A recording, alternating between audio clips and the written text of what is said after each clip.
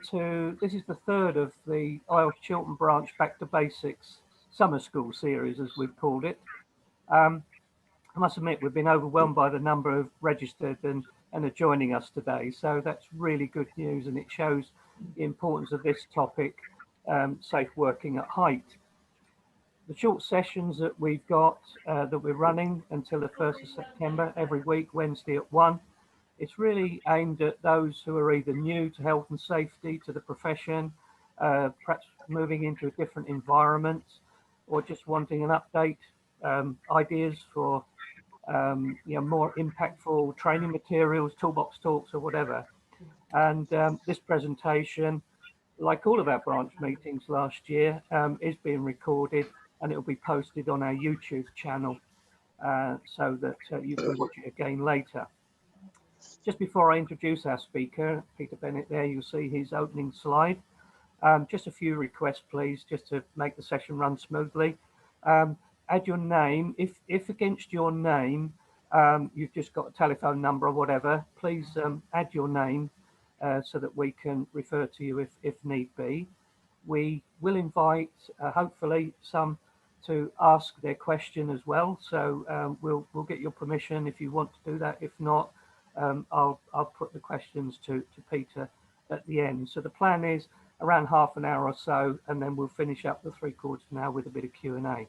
That's a pretty tall order for Peter, I can assure you. Anyway, say hello, let us know where you're sitting today in the chat box. And as I said, post your questions there. We want our meetings to be interactive, just like the old days when we met face to face as far as we can. So hopefully some of you will be willing and able to ask the questions yourselves. Anyway, to introduce Peter, I guess many of you will know Peter, and if you've been to any webinar or face-to-face meetings related to work at height over the years, Peter almost inevitably would have been involved. For those who don't know him, he's dedicated his career to preventing falls from height. He's always looking for new ways to influence all sectors of industry. We're not just talking construction here. If you attended or watched the recent Ladder Association webinar that we mentioned in our publicity for today, you'll be aware how knowledgeable and committed Peter is to this particular topic. I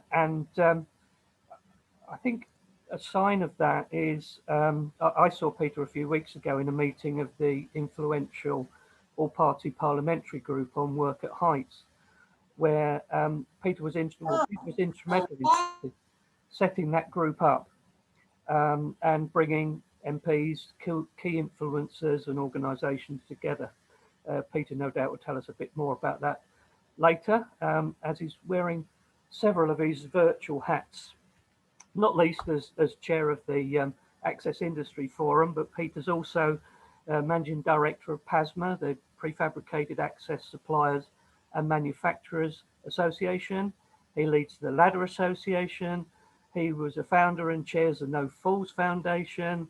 He's chair of the Test and Research Centre, and I think it's true to say he's played a leading role developing much of the guidance dedicated to advancing safe work at height. So we're really lucky that Peter's found some time to speak to us today, and honoured to have Peter with us to share his vast experience and give us a unique perspective on safe working at height. As I said, we've given Peter the almost impossible task to talk about the full range of work at height and the ubiquitous hazard of falls in 45 minutes, including Q&A. So I think we better press on. I know Peter could keep us engaged and entertained all afternoon, and I would love to have done that. But anyway, we need to press on. So over to you, Peter. Thank you very much, everybody. Thank you very much. Thanks to Melissa, Alan, Brenton and IELTS Chiltern Branch for inviting me to speak to you today. As has been said, I'm Peter Bennett. I've got pretty wide experience in what we now call working at height. I've been in the industry for some 40 years, starting out with an old but well-known company in scaffolding, Stevens & Carter, back in the 1970s. In case you don't know, working at height can be dangerous. We know that because ever since I can remember, everyone, including, now especially, the HSE have told us so. I'm going to tell you a little today about working at height in general, about the Access Industry Forum. I'll take you through some useful free resources for safe work at height, and I'll finish with introducing the APPG for working at height and the No Falls Foundation. The Access Industry Forum represents the 10 leading trade associations and industry bodies involved in work at height. Our member organisations each represent a different sector of the access or working at height industry and are recognised leaders and authorities in their respective fields. All the members of the forum are standards driven, committed to advancing safety, best practice and competence when working at height, irrespective of equipment type or work at height solution. In addition to hosting the National Work at Height Conference, the EIF is a central point of contact for information and for liaising with all 10 associations. Please do visit the website shown there, the accessindustryforum.org.uk. So you can see from the slide, the UK Work at Height associations are all specialists and they're expert in their respective disciplines, and that covers the entire gamut of work at height methods and equipment. They're all committed to fostering, supporting codes of good practice, equipment standards, training, education and knowledge. And they are ATLAS, the Association of Technical Lightning and Access Specialists, and that's been representing the leading players in the lightning protection and steeplejack industry since 1946. This year is their 75th anniversary year. EPF, the Edge Protection Federation, is the lead body in edge protection systems. FACET, the Fall Arrest Safety Equipment Training, is the International Trade Association and training body for safety net rigging and temporary safety systems industry. IPAF is the International Powered Access Federation, which promotes the safe and effective use of powered access equipment worldwide. IRATA International is the Industrial Rope Access Trade Association International, and it has for over 20 years delivered safe working at height in industrial rope access.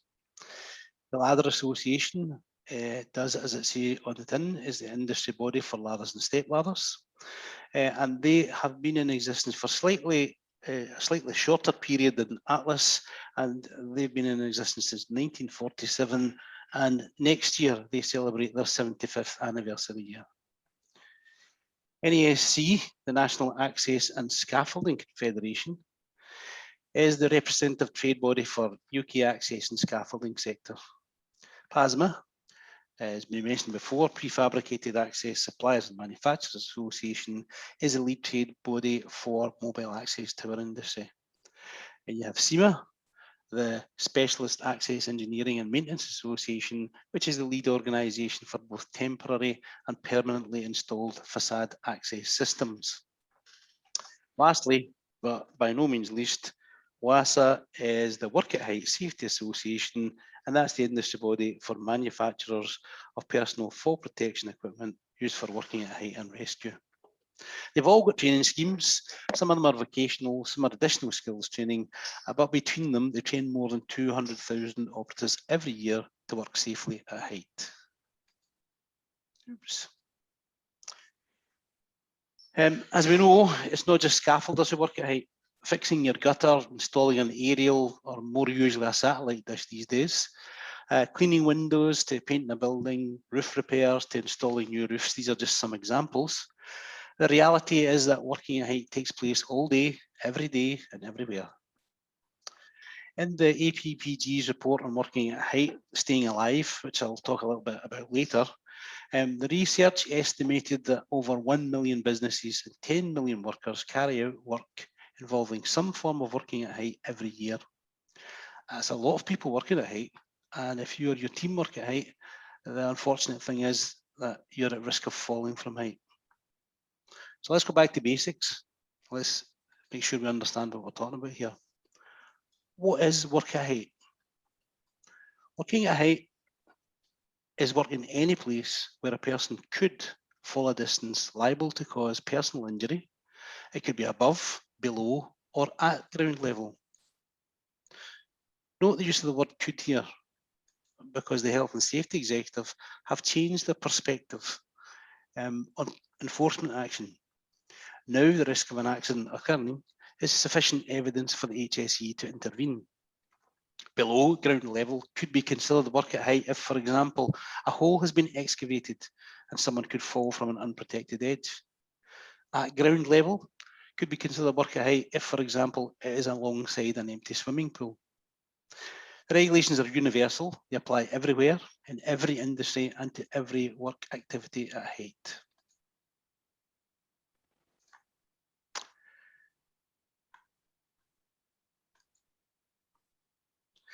Sad fact is, we probably all know someone who's had a fall, the so-called lucky ones, who could be left with life-changing injuries, injuries that might prevent or restrict the work they can undertake. In some sectors, if they're lucky, people can be given light duties.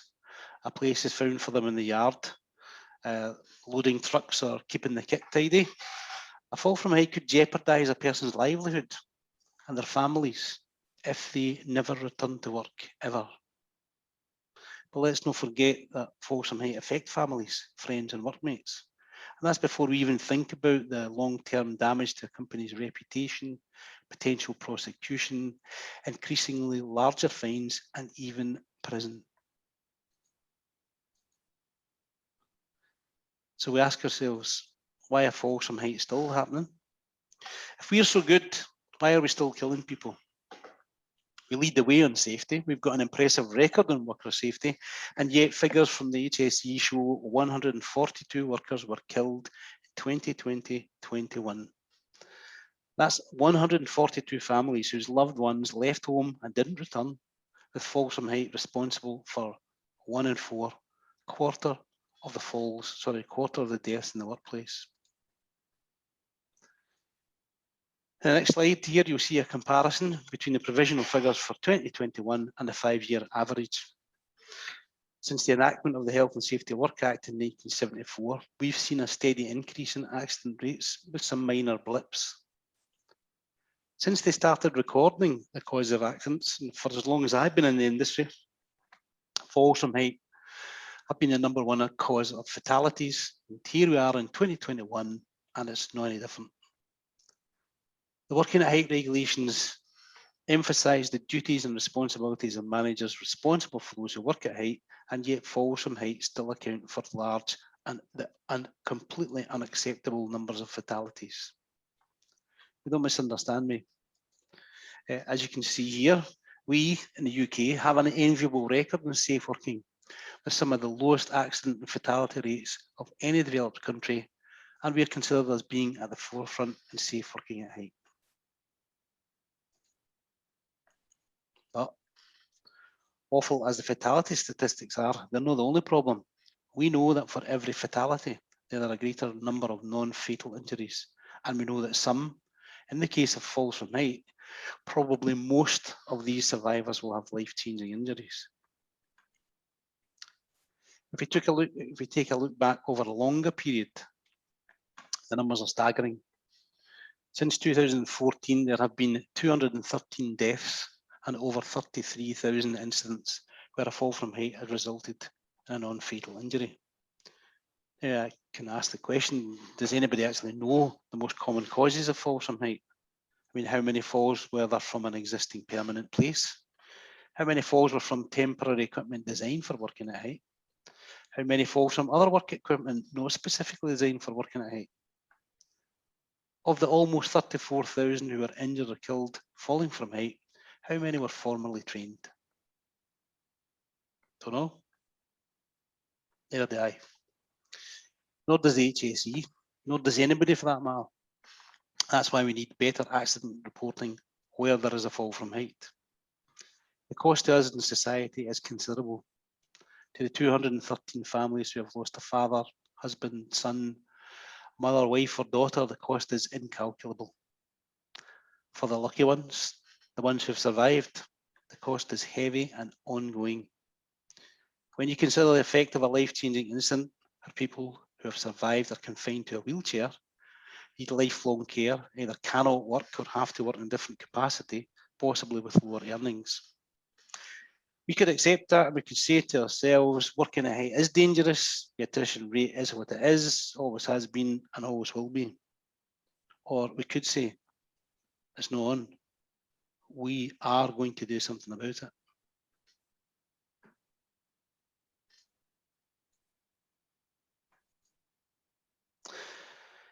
Safe working at height starts with good planning. Working at height regulations formalise the principle of control measures, the hierarchy for working at height. The hierarchy starts from the standpoint, and the best way to avoid a fall from height is to avoid working at height.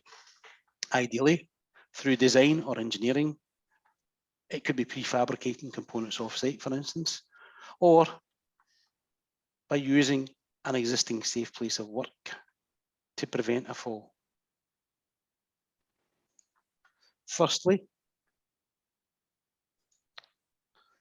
and preferably, using collective fall prevention.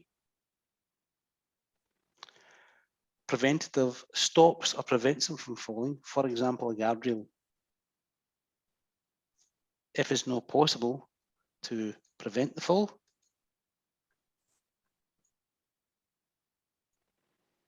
then you should use, if it's not possible to prevent everyone from falling, then you should use personal fall prevention. Personal, that prevents you from falling, and it stops you from getting into a position where you can fall. For example, a harness and a restraint lanyard.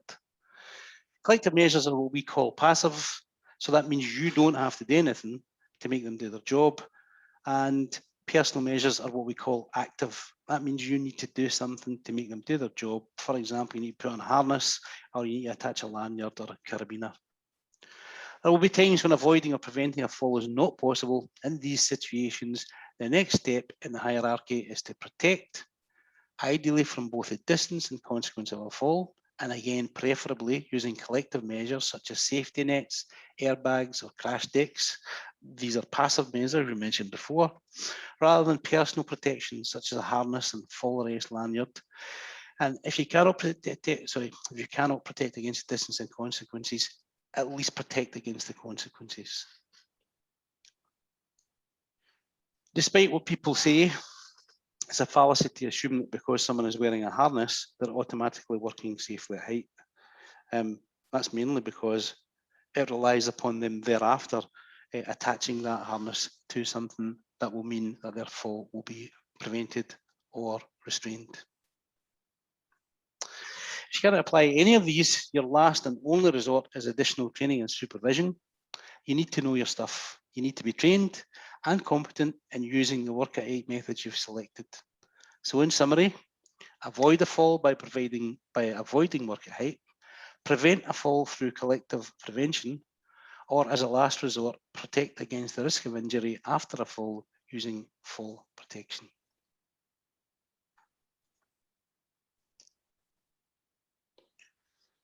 Okay, work through the options for avoiding work at height, and if we had a real life example, on this occasion we cannot avoid it. So how do we apply the hierarchy of control measures?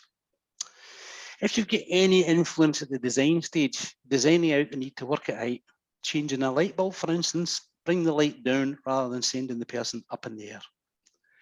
If regular access will be required, think of a permanent structure, a walkway or a gantry, for example.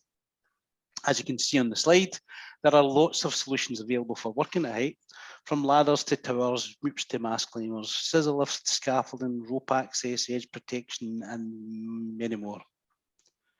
So when you're considering the right solutions, avoid being prescriptive.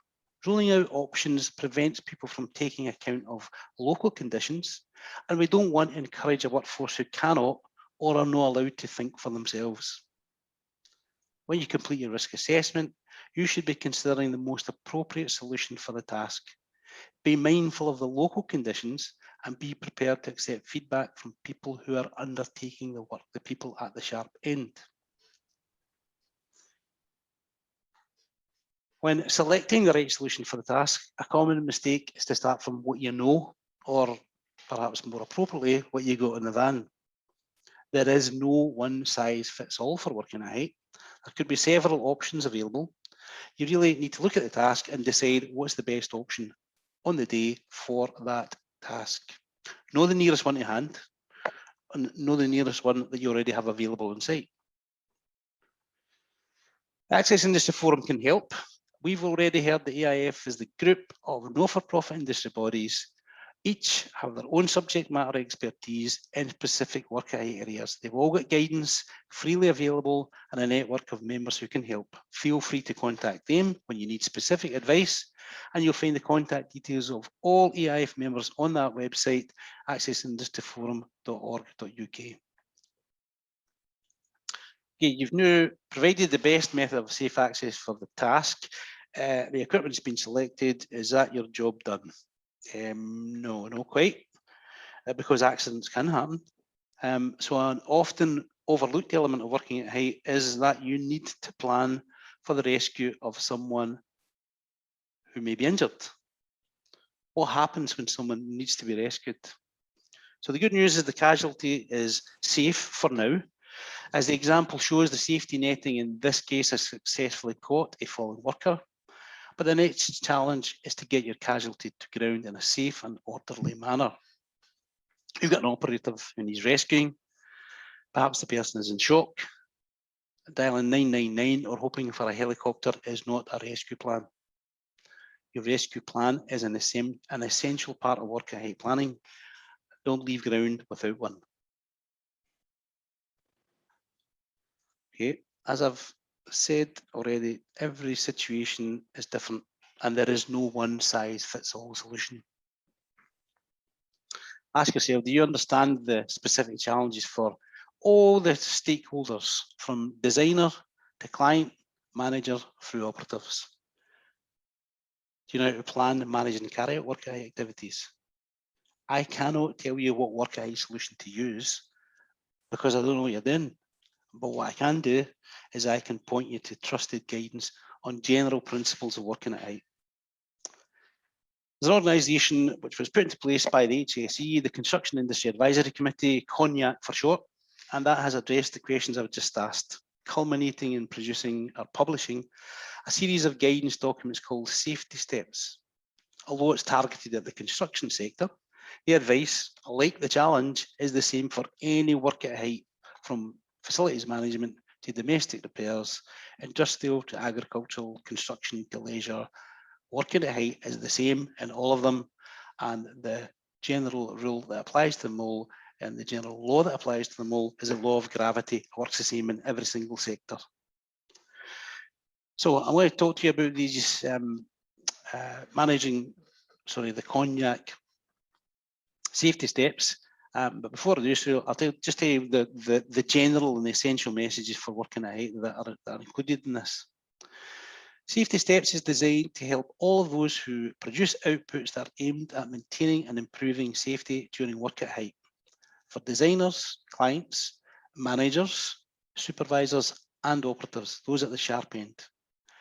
These Safety Steps documents are enabling documents. It provides essential messages that can be used either wholly or partly by those who aim to produce any type of output for these 5 target audiences.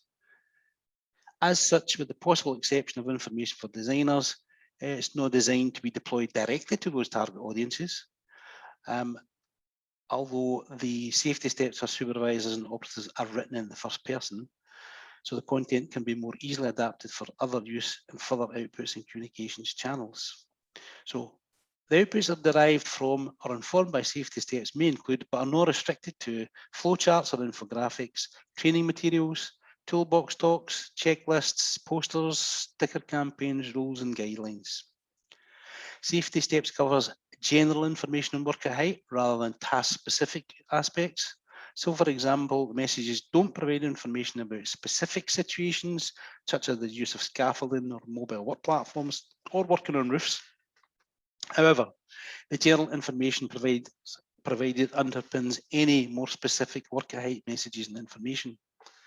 CONIAC welcomes feedback on these forms, and if you can use them yourself, then please do give us some feedback and allow us to update them and improve them.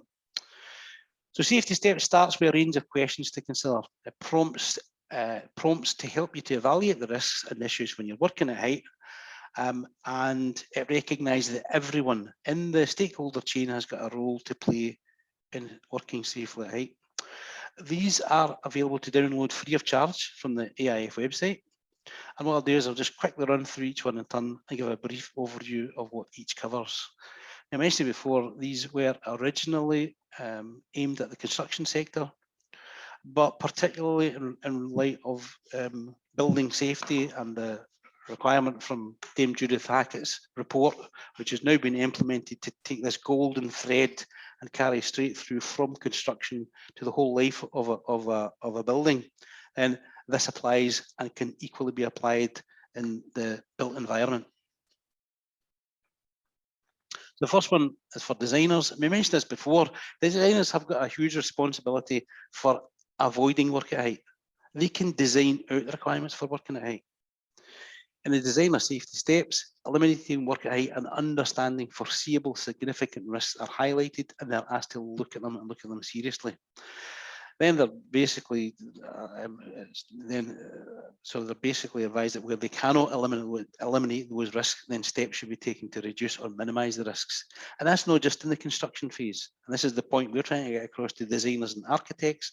Your responsibility is not just at the construction phase; it is in the whole life of the building and in the built environment. That in its use, if you can design out the need to work at height, then you should do. Next one we've got, I want to look at our clients, and I don't know about others, but maybe you don't see clients as being involved in this stakeholder chain. Let me assure you they are, and they absolutely are, because they can have such an influence on it by specifying to their designers that work at height should be eliminated where it is possible, and if not, due consideration should be given to how it can be minimised and look at foreseeable risk in the whole life of the building. There's then guidance for managers, and as I say to you, all of these safety steps are available for download on the AIF website. There's the URL there, accessing the forum.org.uk safety steps. Again, in respect of managers, the one thing I say about managers is managers are an important part in the stakeholder chain. They're an important part that is sometimes forgotten about, insofar as if a manager does not know what good looks like, how can they possibly manage the work activities of others who are put at the sharp end? So they are an important part in it. Equally, supervisors who are part of that management process, they need to know what good looks like. They need to be prepared to intervene where there is serious and imminent danger, particularly in respect of working at height. Last, but by no means least, the operatives. Those who are at the sharp end, and generally we would be thinking that they should definitely need to know what they're doing, they definitely need to be trained and competent, and there are numerous schemes out there, numerous training schemes out there that will get them to that. Okay, I'm going to very briefly speak to you about the APPG, the All-Party Parliamentary Group Working at Height, which was mentioned previously, published a report in 2019. There are a number of those recommendations from that report which we are focusing on right at this moment. As Alison Thewlis MP said, and Alison Thewlis MP is the chair of the APPG on Working at Height, as she said quite clearly, our inquiry report remarks the beginning of the APPG's work. Working with industry and government, we hope to make recommendations that will create a safe environment for the millions who work at height every day, and there are millions. Main elements we're focusing on just now is the introduction of simplified reporting. I mentioned to you before, when you ask the question, what is the main cause? The simple fact of the matter is we don't know, but we should know. Simplified reporting and RIDOR would allow us to get to that. The APPG recommends the recording, the scale of a fall, the method used, and the circumstances of a fall, and including whether the individuals were trained, and that will contribute to accident reduction in our opinion. The second point we're concentrating on just now is the appointment of an independent body, so that's independent of government and industry, to enable confidential, enhanced or simplified reporting of all near misses and accidents that do not qualify for the reporting. Obviously, the data that's gathered will be shared, and it will follow, or it's likely the independent body will follow similar lines to organisations that exist in other sectors. And lastly, the creation of a digital technology strategy, and this is essentially us saying that there is an opportunity for technology, particularly digital technology, to be harnessed to make a step change in how we are able to improve work at height safety. I know I'm running a bit tight for time here just now. I think I'm a minute over by my reckoning. I'm just going to cover this one last one, and it is the No Falls Foundation. There's one thing I want you to take from today's discussion, and that is that falls from height are not isolated incidents. You might think they are, but 99 people fall from height in British workplaces every single day. That's 99 every single day. 38 people every year on average die after falling from height at work in the UK. That's one person every 10 days. If those fatalities and injuries were due to a plane crash, there would be an immediate investigation inquiry. But because they're seen as an isolated incident, because no connection is made, in our opinion, no enough is done. But falls from height are no isolated incidents. There are patterns of underlying causes, and we just need to get our fingers behind them.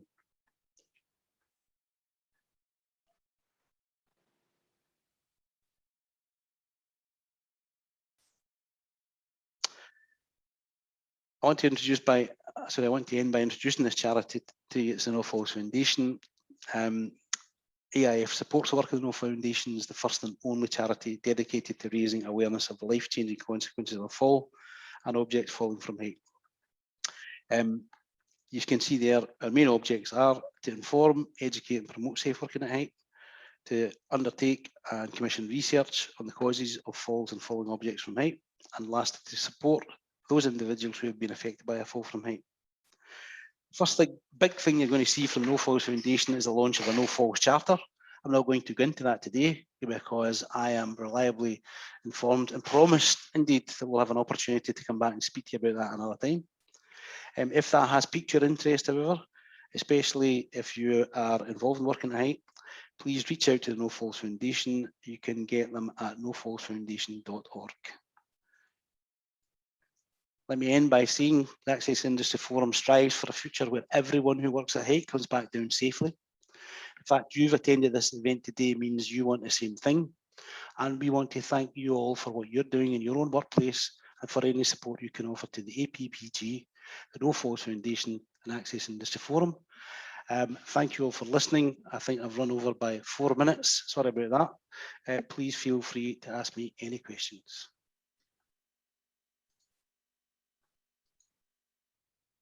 Okay, so thank you, Peter. Are you hearing me? Yes. Yep. Excellent. Okay, great. So this is Melissa, chair of the Chiltern Branch. So just wanted to say thanks very much, Peter, for that informative presentation, and for Alan also for coordinating this event and kicking it off. I said I will help support the questions and answers part of the session. So we got a few questions while you were speaking. So I'll kick off with those, and then any others, please post in the chat. And Alan, if you can monitor those in the interim and bring those in. We may ask a couple of people to come off of mute and raise their questions. But maybe I'll kick off with one that Aloisa has asked in terms of if there are any changes on safe use of ladders and access equipment guidance since 2018.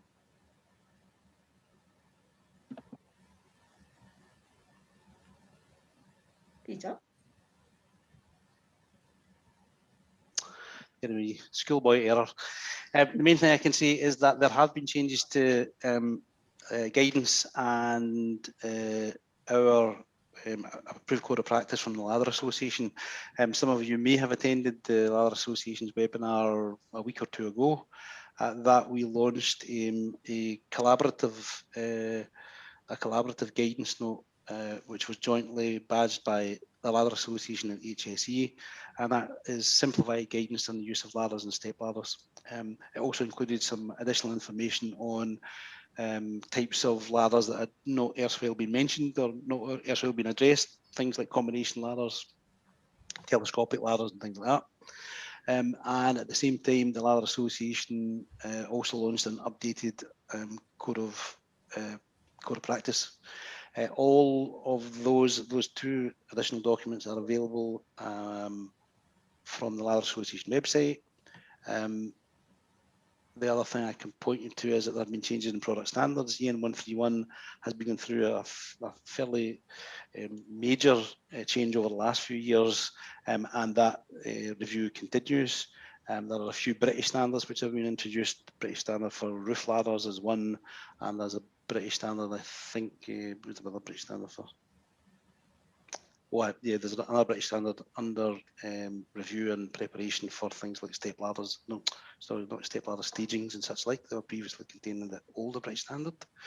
On the tower side of things, there have been some changes to the product standard as well. EN 1004 Part 1, previously EN 2004 has also been updated, and it is now supplemented by EN 1004 Part 2, which covers instruction manuals for mobile access towers.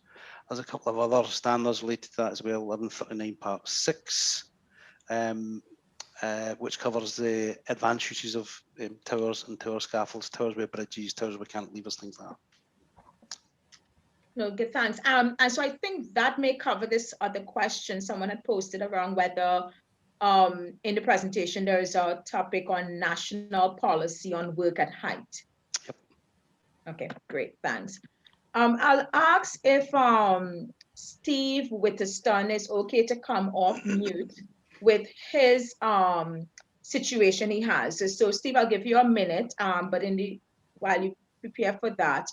But Graham White had asked a question, but he said he's in a noisy area. So I'll raise it and then we'll ask Steve to come off. So Graham's question was, we currently use a variety of collective preventative measures to protect edges, such as when working on flat roofs, terraces, and balconies. Temporary measures include scaffold edge protection, periform, occasionally built protection such as timber edge protection, and occasionally, where required, collective protection such as barriers offset from edges. We outlined that there is no all-size-fits-all control measure, but is there a preferred type of preventative edge protection which should be used?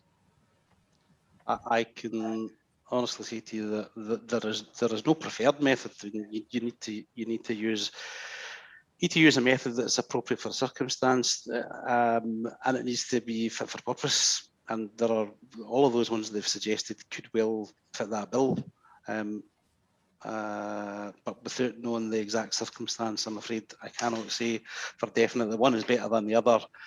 But the heartening thing is that they are using a variety of them, and that's a lot better than using none at all. Okay, thanks. Steve, are you still on, and would you like to raise your situation and question? Thanks, Melissa. Yes.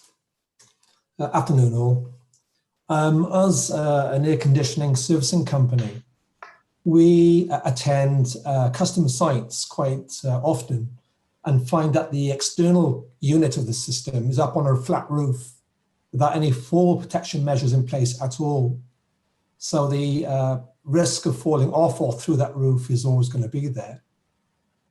Now, in this situation, we do not carry out that work. We put it back to the customer that they need to provide adequate access in terms of either scaffolding or perhaps a MEWP where we could access safely. So I just wonder if people consider this to be appropriate and justified, and if not, what other measures could be taken? I guess this follows on from the last question being asked, I guess. So the first thing I would say then is, Steve, yeah, I think that the approach you're taking is a pretty sensible approach. First thing is, as you have alluded to there, you do not know what that flat roof consists of. You don't know whether it's a fragile surface or not, and how would you know? So the customer, the client, is the person who needs to know that and needs to be able to advise you. And if you are able to say to your customer or client, like, you know, I am not prepared to undertake that activity unless you can provide me with adequate equipment to allow me to do it, and they will do that, then I think that is the best solution. However, you obviously need to be convinced that what they have provided you with adequately meets that requirement. I suppose the other alternative to that is that you then need to go through a process whereby you provide the equipment, and you provide the equipment on the basis of your risk assessment and what you can see. But that's perhaps rather more difficult and rather more onerous on you. Yeah, thanks for that, Peter. No problem. It's just amazing where some sites don't carry out their own risk assessment and then make it safe for, you know, maintenance thereafter. It's just that we get to site and we're faced with that. And I guess, you know, it's either that they're trying to either play naive or they want to just pass the buck, you know.